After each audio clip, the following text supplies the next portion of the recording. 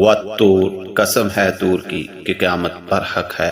اس video میں ہم جانیں گے سورہ طور کے متعلق۔ سورہ طور مکی ہے، آیات 49، رکوع 2، ترتیب تلاوت 52، پارہ نمبر 27 میں ہے۔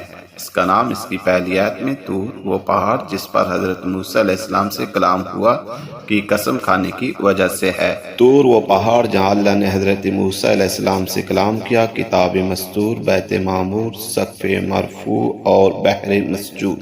جس سے مراد وہ پہاڑ ہیں جہاں حضرت موسیٰ علیہ السلام پر وحی نازل ہوئی تھی۔ یہ سورت اپنے آغاز میں اللہ تعالیٰ کی قدرت کی قسموں سے شروع ہوتی ہے۔ سورت کا مرکزی مضمون یقین آخرت، رسالت محمد صلی اللہ علیہ وسلم کی سچائی اور نیک و بد انجام کا فرق ہے۔ نیک لوگوں کے لیے جنت کی نعمتوں اور اہل ایمان کے درجات کا ذکر ہے، جبکہ جھٹلانے والوں کے لیے دردناک عذاب کی وعید سنائی گئی۔ آخر میں نبی کریم صلی اللہ علیہ وسلم کو تسلی دی گئی کہ صبر کریں اور اپنے رب کی تسبیح کریں، کیونکہ حق غالبہ کر رہے گا۔